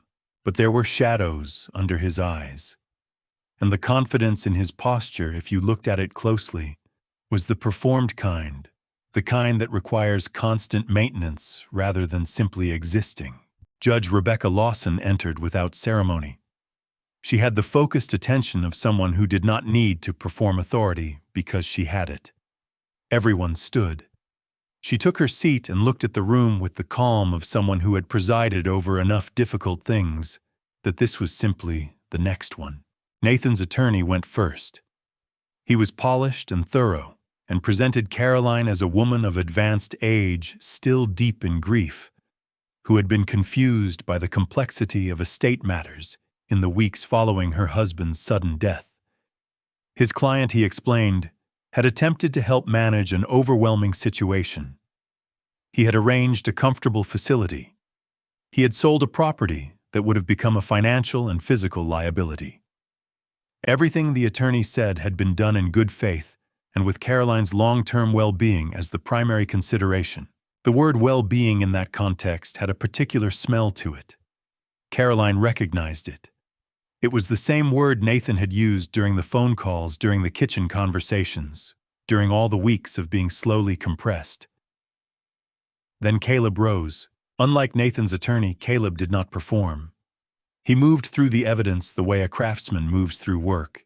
He knows well methodically, without flourish, with complete attention, to what each piece meant and how it connected to the next. He presented the business financial records first. Pages of transfer documentation showing consistent, unauthorized movement of funds from Perry & Sons plumbing accounts into shell company accounts over a period of 6 years. He presented the corresponding shell company registrations, all linking back to Nathan's real estate projects. He presented William's own handwritten notes made at intervals over those 6 years, documenting his discovery of each new piece of evidence. Then the trust document, the legal instrument William had created to protect Caroline's assets from Nathan's access.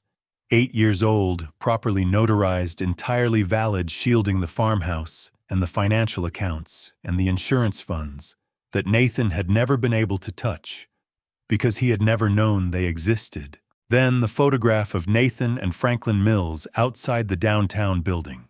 On the back, in William's handwriting, 2 words that told the court exactly what the photograph was for. Then Ryan's confession letter, which was of all the documents, the one that changed the texture of the room most visibly. The reading of it produced a silence that was not comfortable. Nathan's jaw was tight throughout all of this. His attorney objected at various points, and the judge noted the objections and continued. Nathan's expression changed minimally, a tightening here, a deliberate stillness there, the face of someone managing a situation rather than experiencing it. Caleb called Ryan to the stand.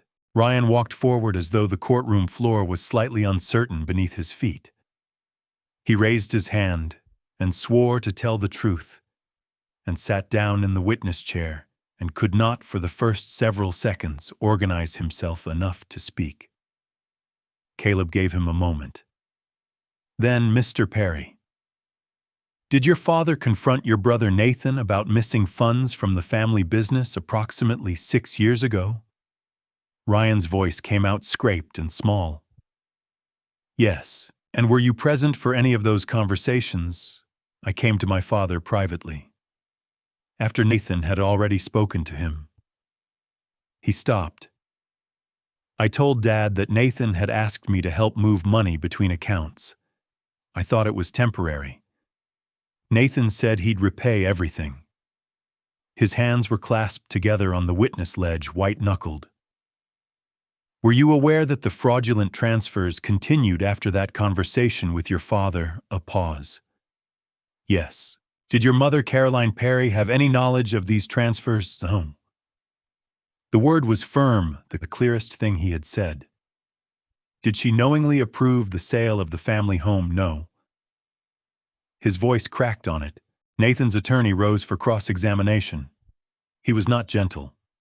He established quickly that Ryan had participated in the financial transfers, that he had benefited personally, that he had known for years and chosen not to disclose. He asked whether Ryan, now facing potential legal consequences, was simply looking for a way to reduce his own culpability by redirecting blame onto his brother. Ryan looked at Caroline for one brief moment, then back at the attorney. "No," he said. The single word was quiet and exact. "You expect this court to believe you've suddenly developed a conscience, Mr. Perry." Ryan looked down at his hands, then back up.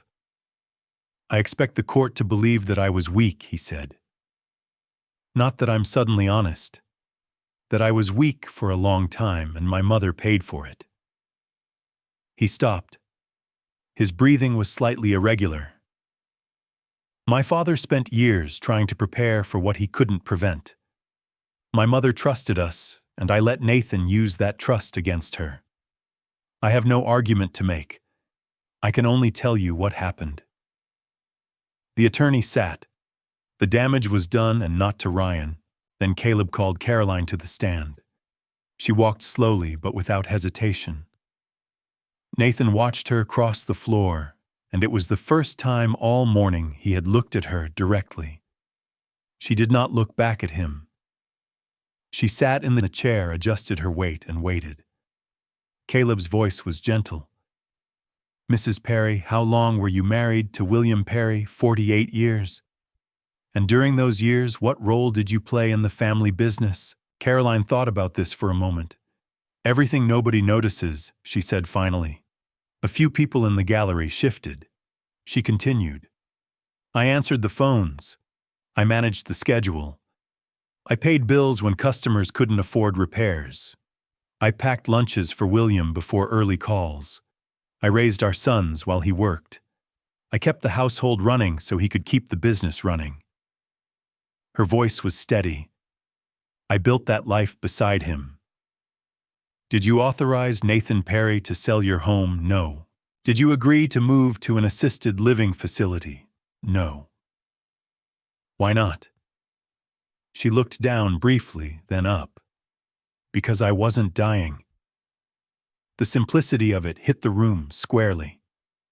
Caleb continued. "How did your sons treat you in the weeks following William's death?" The courtroom was completely quiet. Caroline looked at her hands. She thought about the paper star in Ryan's old closet. She thought about the moving truck. She thought about Nathan's voice. "You don't have a choice," and about the cold of the bus station at 10:30 at night. "Like I had become inconvenient," she said. Nathan looked away from her for the first time. She continued before she stopped herself. "I spent my whole life believing that sacrifice automatically creates loyalty. That if you loved people enough and gave them enough, they would protect you when you became vulnerable."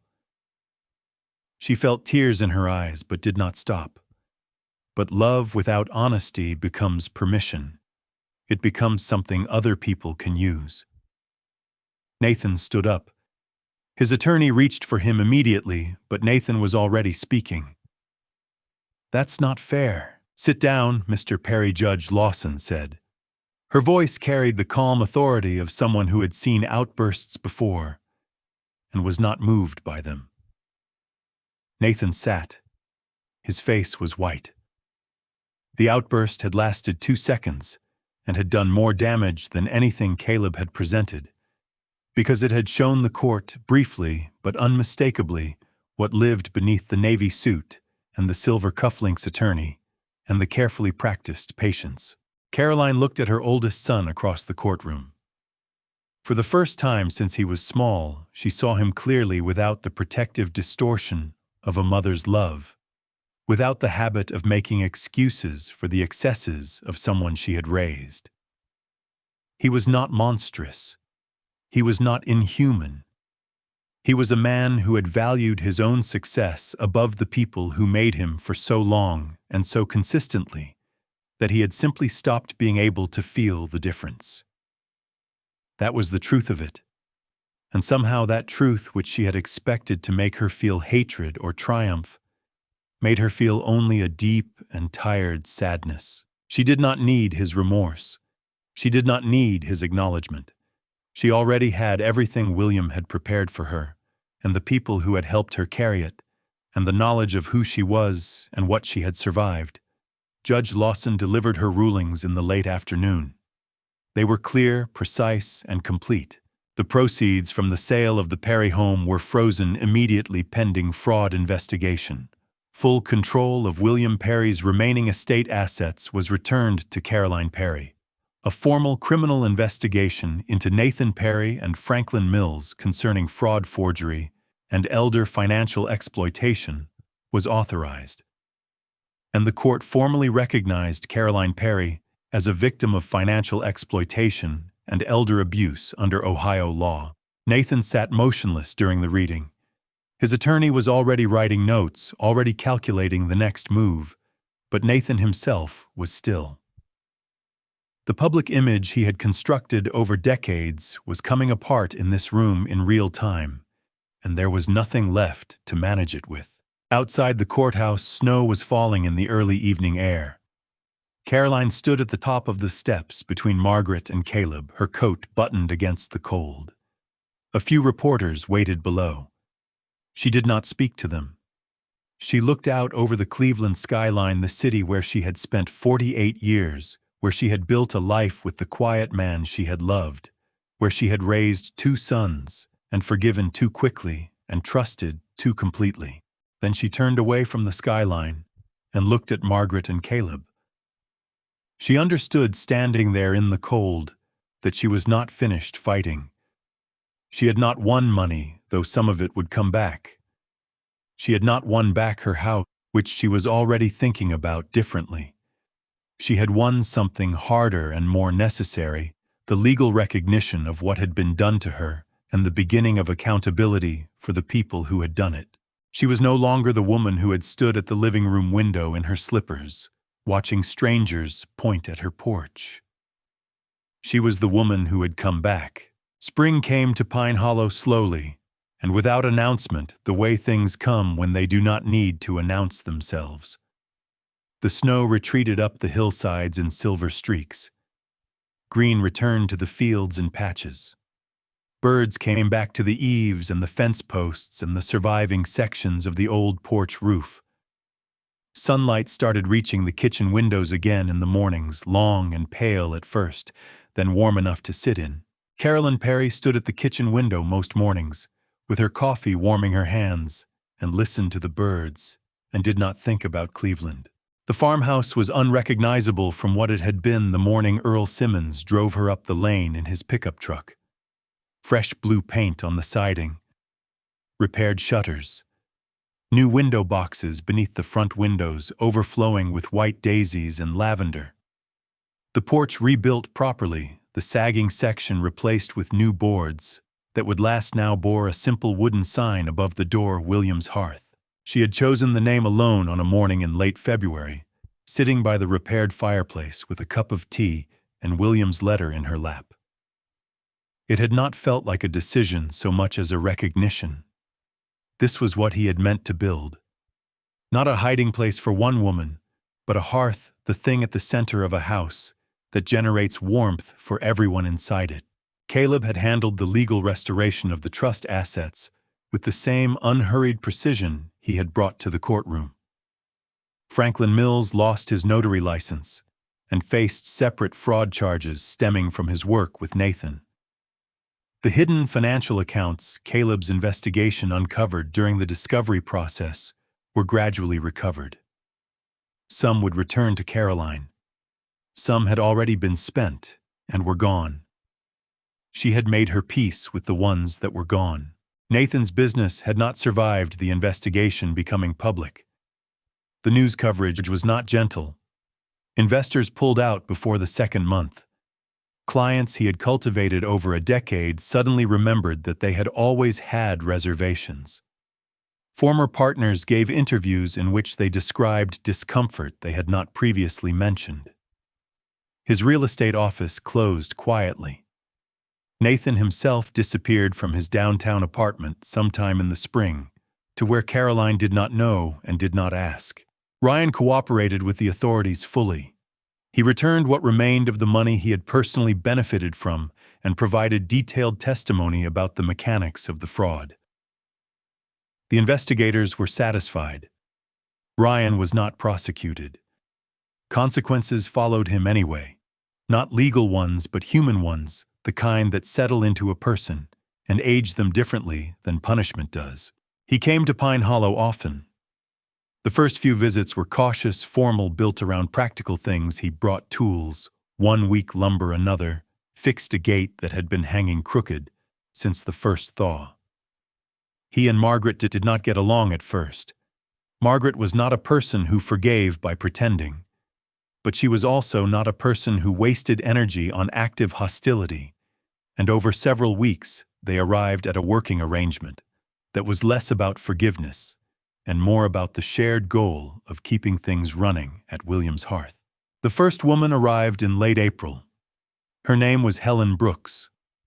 She was 73, recently forced from her home after her husband's death, left her facing medical debt she could not manage alone, her children scattered across 3 states and functionally unavailable. She arrived in the same way Caroline had arrived, by bus, with 2 bags with the specific and terrible expression of someone who has recently discovered they are considered disposable. Caroline recognized it immediately. Then Rosa Martinez, 68, whose adult children had relocated to California for work 6 years ago and had gradually stopped answering with any consistency. Then June Holloway, 71, who had lost her house to foreclosure after her husband's extended illness drained everything, and whose church friends, she said carefully, had been very kind in the period immediately after, and then somewhat less available as time went on.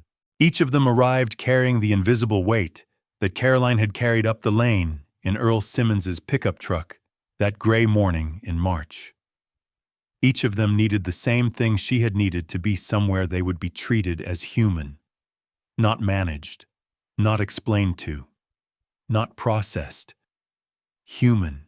Inside William's hearth, they cooked together and gardened and sat on the repaired porch in the evenings watching the mountains turn gold in the late light. They talked about their husbands and their children and the specific indignities of being 70 and then 75 and then nearly 80 in a world that increasingly behaved as though people of their age existed primarily to create paperwork. They talked about what they missed and what they didn't, and what they were only now learning to do for themselves. Sometimes the kitchen filled with laughter loud enough that Caroline thought William must surely be able to hear it somewhere, and it pleased her to think so. One afternoon in early May, Ryan arrived with a truck bed full of lumber and spent the entire day rebuilding the garden fence that had been falling down since before Caroline arrived. He worked without asking for instruction, measured carefully, did not cut corners, and by evening had a fence that would probably stand for 20 years. Caroline watched from the porch for part of the afternoon and did not interrupt. At dusk, he sat beside her on the porch steps. The crickets were starting up in the fields. The mountains were going dark against the pale sky. "I saw Nathan last week," he said. Caroline looked at the mountains. "How is he angry?" A pause. "He's living somewhere in Columbus now. He's talking about starting over. New city, new business, new story." Ryan's voice was neutral reporting rather than editorializing.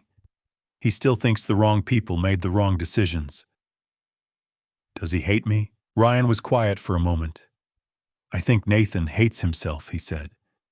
"But he doesn't know how to say that. So he says other things instead." He looked at her sideways.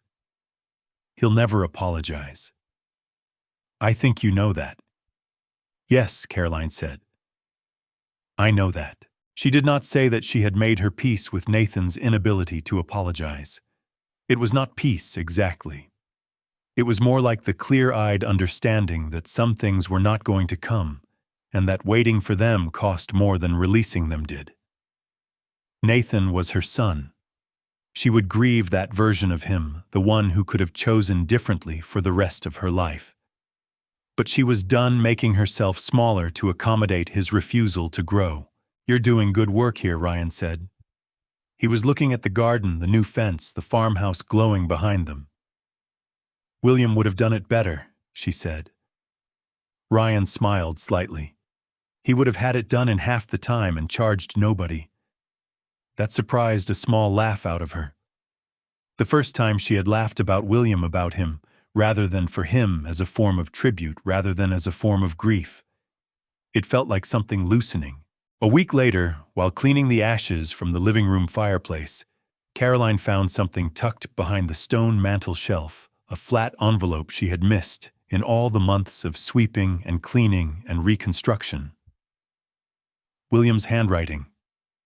She carried it outside to the porch, where the evening light was still good, sat in the old rocking chair that had been there since before she arrived, and opened it carefully. "My Carrie, if you found this letter, then you survived. I wish I could have protected you from all of this directly. But life rarely gives us that power. Sometimes the best we can do is leave behind enough truth for the people we love to find their own strength."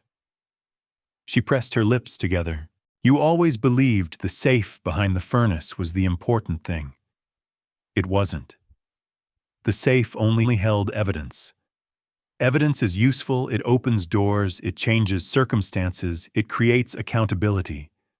But it is a tool, not a destination. You were always the real treasure. The safe was only the key." Her throat tightened. "If the boys failed you, that is their tragedy, not your shame. Do not spend the rest of your life apologizing for surviving people who forgot how to love properly. You did not fail this family. You loved it too well for too long without receiving the same in return. That is not weakness. It is the particular wound of generous people in selfish households." The evening was very quiet. Inside, she could hear voices from the kitchen, Helen and Rosa going back and forth about something, and the sound of June laughing at the result. Life continuing warm and imperfect and present. "I am so sorry I could not be there. I am sorry I left you things instead of answers. I am sorry for the years I chose protection over honesty and called it love. You deserved better than a man who prepared for the worst instead of preventing it. But I could not prevent it. So I prepared, and you came, and you survived. And if you found this letter, then you are building something, which means you found a way to live beyond what I left you. Grow old bravely, Carrie. And if possible, leave the door open for broken people trying to become human again. All my love, always. William." Caroline lowered the letter to her lap. The mountains were going dark, and the first stars were appearing above the pine trees, and inside the farmhouse, the women were laughing, and from somewhere down the fence line, she could hear Ryan's hammer still working in the late evening light. She sat with William's last words and let herself feel the full weight of what she had lost, and what she had found, and what she had built from both. The grief was still there. It would always be there. But it no longer crowded out everything else. There was room now for the other things, the warmth through the windows, the laughter inside the mountains, holding their quiet shapes against the darkening sky. Once she had thought losing everything would destroy her. Instead, it had revealed what mattered. Not the house, not the money, not the careful performance of the family that looked intact from the outside. Dignity, truth, the kind of compassion that can survive betrayal and still hold the door open. The courage to rebuild when the people who were supposed to protect you could not. Carolyn Perry rose from the rocking chair, folded William's last letter carefully, and tucked it into the pocket over her heart. Then she walked back inside William's hearth, where the warmth and the laughter and the imperfect necessary work of second chances waited beyond the doorway. If you've ever known someone who carried others so long, they forgot they deserved to be carried too, leave a comment. And if you know someone who needs a place like William's hearth, remind them it's never too late to survive. Spring arrived in the valley slowly, then all at once the way it always does in the mountains. The creek ran high from snowmelt. The wildflowers pushed through the stone wall along the property line, the same ones that had been growing through the cracks when Otis and Lenora sat there on their honeymoon more than half a century ago, eating ham sandwiches and saying someday. The ground thawed in the low places first, then all the way up to the porch, and Lenora's garden went in during the last week of March. Tomatoes, beans, squash, peppers, lettuce. Enough to feed the household through the summer if the rain cooperated. She marked each row with a piece of salvaged lumber and her own handwriting in marker, and every morning she walked the rows before breakfast, the way she used to walk the aisles of her classroom before the day started, checking, adjusting, making sure nothing was missed. 14 people lived at the Someday house now. Janet had rented an apartment 20 minutes from the valley. She worked remotely 3 days a week and spent the other 2 at the farmhouse answering phone inquiries, managing the nonprofit paperwork that arrived faster than she could sort it, coordinating the volunteers who showed up on Saturdays to paint or garden or just sit with the residents and listen. Pete had married a teacher from the school in the next town. They'd moved into a small house a mile down the valley road. He still came every morning, the same way he always had, but now he sometimes brought his wife. She helped Lenora with the garden. She'd started teaching Walter how to use the donated computer, and Walter was learning with the same patient persistence he'd once brought to learning a mail route. One Saturday evening in April, Otis and Lenora sat together on the porch. Pete had built them a rocking bench as a housewarming gift, set at the south corner, where the valley view opened widest. Pine and oak joined tightly with a high curved back that let you lean into it and stay. They sat in it the way they used to sit on the porch on Buckner Street in the evenings, side by side, watching the light change over the rooftops. Except now the rooftops were mountains. The valley was green below them. The creek caught the last of the sun in long, flat flashes. Through the open window behind them came Walter's voice reading the newspaper aloud to whoever was in the common room. He always did it whether anyone was listening or not. It had become the sound of the house in the evenings, Walter's voice, the kitchen, someone's footsteps on the stairs. Otis, Lenora said, "Mm-hmm. Was it worth the wait?" He turned to look at her. At the woman he'd married when they were young enough to think the future was simple and long. At the woman who'd spent 35 years making sure every child in her classroom felt seen, who'd raised 3 children and survived the worst one of them could do. Who'd walked out of a locked facility in November with $8 in her pocket and his flannel shirt pressed against her ribs and climbed a gravel road in the dark because she knew him well enough to know where he'd be. Every day, he said. She leaned her head against his shoulder. He put his arm around her and held her the way he'd held her at the beginning, not gently, but firmly, like he intended to keep her. The porch light came on behind them, warm and steady. The sound of dinner being made drifted through the walls. Voices, the scrape of chairs, the clatter of dishes being set out. A car turned up the gravel drive, an old station wagon moving carefully, headlights just coming on in the early dusk. A woman behind the wheel, maybe 70, maybe a few years older, driving with both hands on the wheel the way a person drives when they've been alone for a long time and have learned not to take anything for granted. She parked beside the other cars in the drive and sat for a moment, without getting out, looking at the house, at the sign by the road with the carved letters, at the 2 people sitting together on the porch in the evening light. Then she got out and walked to the steps. She carried a small bag. Lenora straightened up. Can I help you?" The woman held the bag with both hands. She looked at the sign at the porch at the lighted windows. "I heard about this place," she said. "My son says I can't manage on my own anymore, but the facility he's picked out." She stopped, looked at the 2 people on the bench. "Is it true that you take people in?" Lenora looked at Otis. Otis looked at the woman at her face, which had the same careful held-together quality he'd seen in the mirror every morning at Shady Oaks. The look of someone who'd been told they were a problem, who'd started to wonder if that was true. "Have you eaten?" Lenora asked. "Not since this morning." Lenora rose from the bench. "Come inside," she said. "There's a chair at the table and there's enough for one more." The woman climbed the steps. Lenora held the door open for her, and the warmth and the light came out of the house and met her on the threshold, and she stepped inside. Behind them, Otis sat alone on the bench for a moment, looking at the valley going dark below and the first stars coming out above the ridge. He could hear the household inside chairs' voices, the sounds of people who had once been forgotten and were now in this particular valley home. He flexed his thick, scarred fingers. Then he got up and went inside to have dinner with his wife. They never spent another night apart.